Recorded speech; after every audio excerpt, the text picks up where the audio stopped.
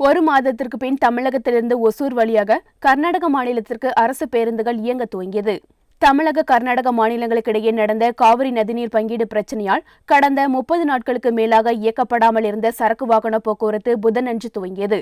இதனால் லாரி ஓட்டுநர்கள் உள்ளிட்ட வாகன ஓட்டிகள் மகிழ்ச்சி அடைந்தனர். அதேபோல கர்நாடக மாநிலத்திலிருந்தும் அரசு பேருந்துகள் உள்ளிட்ட அனைத்து வாகனங்களும் அடுத்தடுத்து இயக்கப்பட்டன.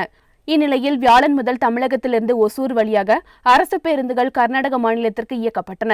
இதனால் பயணிகள், பள்ளி கல்லூரி மாணவர்கள், தொழிலாளர்கள், வியாபாரிகள் உள்ளிட்ட அனைத்து தரப்பு பொதுமக்களும் மகிழ்ச்சி அடைந்துள்ளனர்.